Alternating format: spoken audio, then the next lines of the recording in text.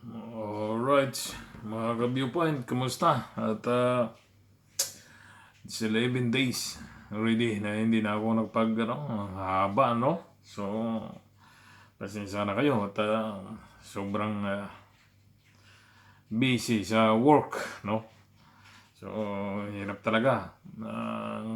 Ngayon na naka-free time ng konti, tsaka bugbugan sa trabaho. So, marami na na-miss na chismis, no? Pero silip-silip lang tayo. Mayroon akong medyo matindi itong ano statement banat ni Aguila ng Mindanao, ano, alam mo natin sino ang Aguila na, so yan ang yung bigyan natin ng reaction ngayong, no? So, ganun pa rin, ano? Nadagdagan tayo kahit konti from 9 to 1 to ngayon 926 subscribers. So, thank you. Thank you very much sa nag-subscribe. So, medyo sobrang delay na yung vlog ko. Nawala na ako, missing in action na. So, sobrang busy po talaga. At kailangan magpahinga bago ganun, para sa laban lang, no? Ganon talagang buhay, laban lang. So, bigyan ko kayo ng konting reaction yun para naman umano tayo, no? Tuloy yung goal. Kasi meron tayong goal, ano? So, salamat sa Diyos at nawa na Diyos, ano? Safe tayo, survive pa rin. Grabe yung bakbakan. Ganun talaga. So, sikap lang tayo, no? Makaraos tayo. At pati pamilya natin. Okay, so ito, mayroon akong no? So, banat, no? Ano natin? Our beloved Vice President, Sara Duterte. Alam nyo, mga ka-viewpoint, no? Ito, short, ano ko lang, no? Sa nilabas niya na statement. Nung panahon na naglaban di ba, si President Marcos, si Leni, Vice si Sara, Presidente sana ngayon natin si Leni Robredo, no? Oo, sa ano, dahil alam naman natin na si Sara lang naman yung dyan pinaka anting-anting dyan. I mean, siya ang talagang full force na malakas dyan. Kaya napasama dahil team up sila. So, ito, mahusgahan kayo nang mahusga sa statement ni Aguila, no? Pero totoo ito sa napalaganan. Hindi naman talaga ano ko sa inyo, no? Ito galing to sa pinanood ko lang kay Bustada TV, no? Kay Idol. So, Idol, to. Napanood ko sa iyo to.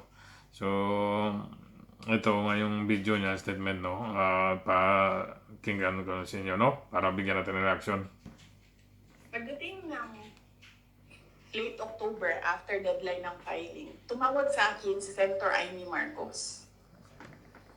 Sabi niya sa akin, pwede ka ba tumakbong Vice President? Sabi ko sa kanya, alam mo, hindi ko pa narinig ever na sinabi sa akin na tumakbo akong Vice President. Sabi ko, bakit mo ako nire-request ngayon na tumakbong Vice President? And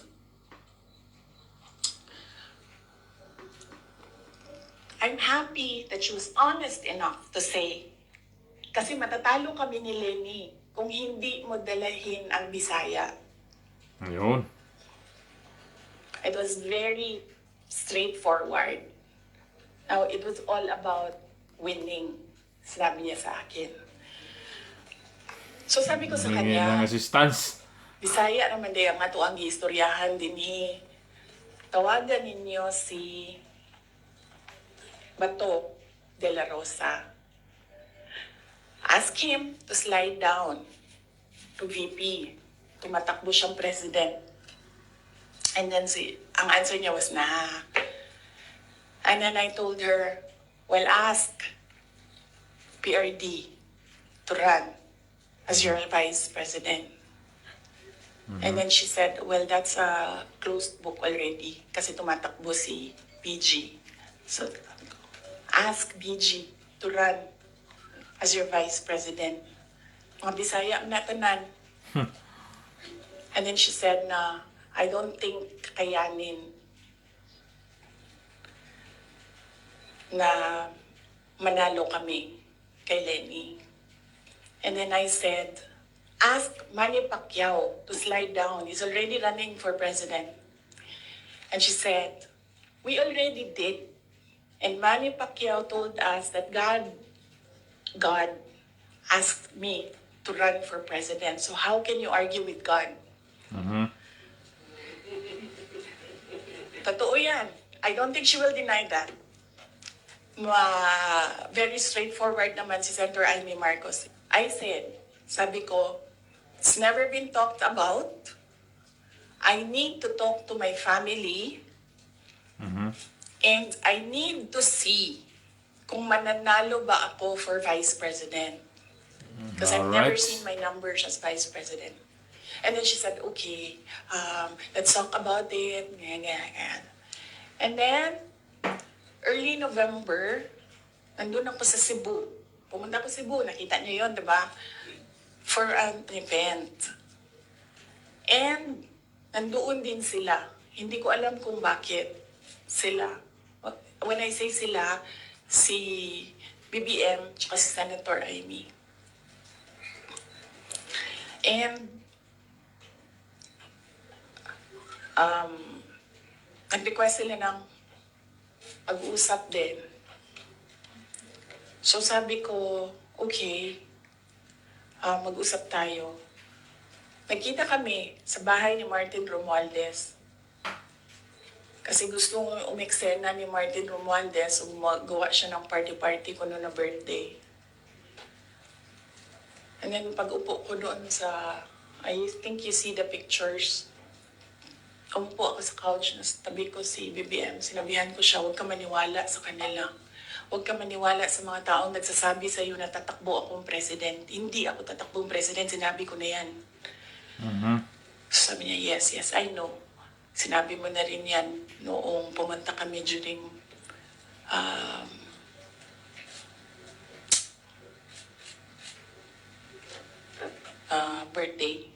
birthday ko. May 29 ata sila pumunta sa Davao. So okay na yun. And then we had another meeting, nawala na si Martin Romualdez. Kasi, hindi naman talaga siya kasali. Sinisiksik lang niya yung sarili niya. Totoo yan. Ito yan. Papunta tayo kay Martin mamaya. Gusto niyo? Tawag sa kanya ng mga kasamahan niya doon sa house, Tambi! Tambi. Oh. Tambi. Anyway, nagkaroon kami ng ibang meeting sa Cebu pa rin. Face to face. Ako, BBM, Senator Amy, and one other person. He's a private citizen. Hindi ako nagpaalam sa kanya na sasabihin ko na nandoon siya. So may isang tao pa doon who can say that this really happened. So sabi ko, again, I've not seen my numbers. Kung mananalo ako. Sabi ko, okay lang sa akin tumakbong vice president. Sabi ko, number one, siguro man ma-reduce konti ang disappointment ng mga tao sa hindi ko pagtakbong president. I think may intindihan na nila.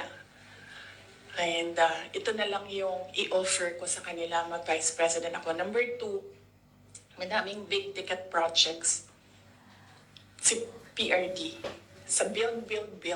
At that time, na gusto ko sana makita na magawa para sa bayan. kasi hindi natapos. Kasi kulang nga talaga ang 6 years. So sa ngayon, magte-third year na tayo, wala pa tayong nakikita na big ticket projects, di ba? For 2028, huwag na kayong mag-expect na meron kayong makita. Kasi it takes more than 6 years to prepare for a big ticket project. So sabi ko, and sinabi ko sa sarili ko, bata pa naman ako, hindi naman ako nagmamadali, wala naman akong papupuntahan. And naisip ko, I cannot do anything more for Davao City.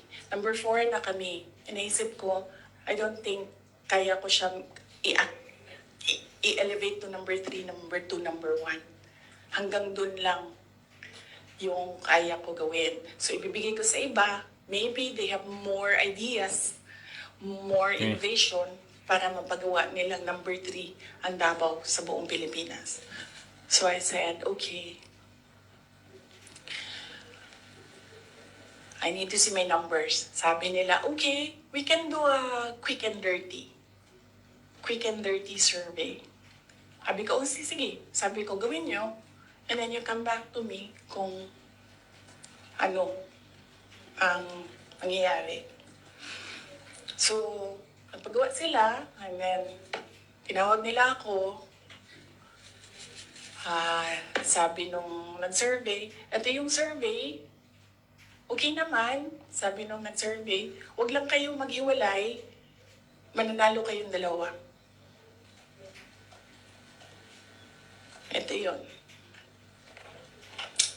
Hindi pwede mag-picture, pero pwede ko ipakita sa inyo mamaya. Kinoveran lang namin yung mga So, private yun, ano? sa photo Kayo na ito. no, Pascal. So, yun nga.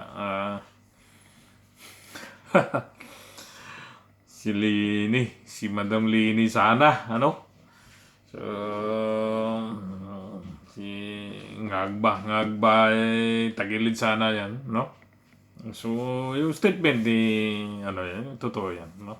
So, we trust Sara Duterte sa statement. So, siya na naman talaga yung pinaka full force na nagdala yan para mapanalo, magapisto siya. So, kahit siya, masaya na siya sa pagka-mayor ng Davao, no? Talagang,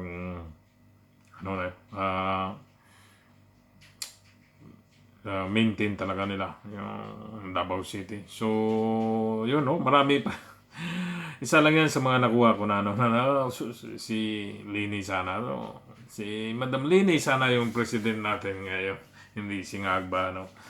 So, yan ang mga, So, kayo na yung, siguro mapanood mo sa ibang mga, kasi sa mainstream media, mga balita, masyadong bias, eh. Hindi na, hindi sinasabi yung katotohanan, pero puro na lang, sila. Pero ito sa mga vlogger natin na mga political vlogger dyan, parang matindi yung bana dyan. So, I hope, kayo na sa statement ni Vice President, no? Mahal natin yung Vice President, Sara Duterte. So, sana, sa darating na eleksyon ngayon, no? Busy na naman sa politika, no? So, right, mga ka-viewpoint, no? Huwag na sana tayong kay porke tayo, sikat, kilala, artista, o ano man dyan, no? So, huwag na tayong magdala sa mga ganyan, no? Kailangan yung public servant na maging para sa public service, no? Yung talaga, yung walang makaano sa mga Duterte, yung the way ng governance nila, walang, grabe talaga sila. Itong si Congressman Maculita, yun. Medyo inano ni Tatay Digong yun, di ba? So, medyo yan. Okay. Sa akin lang. So, sa mga hindi ko pa iba kasing sunod na lang na episode natin pag-usapan yung sa mga senatorial candidates, ano? So ngayon yun lang ang nasagap ko mga ka-viewpoint, no? At maraming salamat. Usad lang tayo, dahan-dahan. Hanggang sa ma-monetize tayo, at least makatulong tayo, at least, no? May mauna tayong magbigyan ng scholar niya, no? Everything will be transparent. Of course, hindi ka naman makuha ko yun without kayo, no? So, ako lang man, instrument lang naman ako dito para kailang makatulong. Okay? So, laban lang, no? Ano mang, ano dyan, pagsubok na darating na laban lang. So, ano, pray to our Almighty God, safe tayo lagi, survive. So, yun. At I'm very sorry. At ngayon lang ako nakabalik, no? So, sa mga subscribers, 926 subscribers na tayo. So, thank you very much. Hopefully, nadagdagan pa. And, sobrang busy talaga. Kaya ngayon lang nagkakunting oras, medyo sleepy mode pa ako. Pero kailangan lang, So, thank you. Thank you.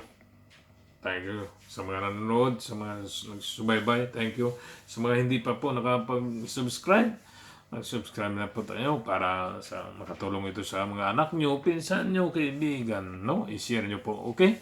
Yung goal natin, yung gusto mo laman yung details ng The Captain's Viewpoint, yung about, i-click nyo lang doon, doon yung goal natin, okay? So, thank you very much, and God bless, no?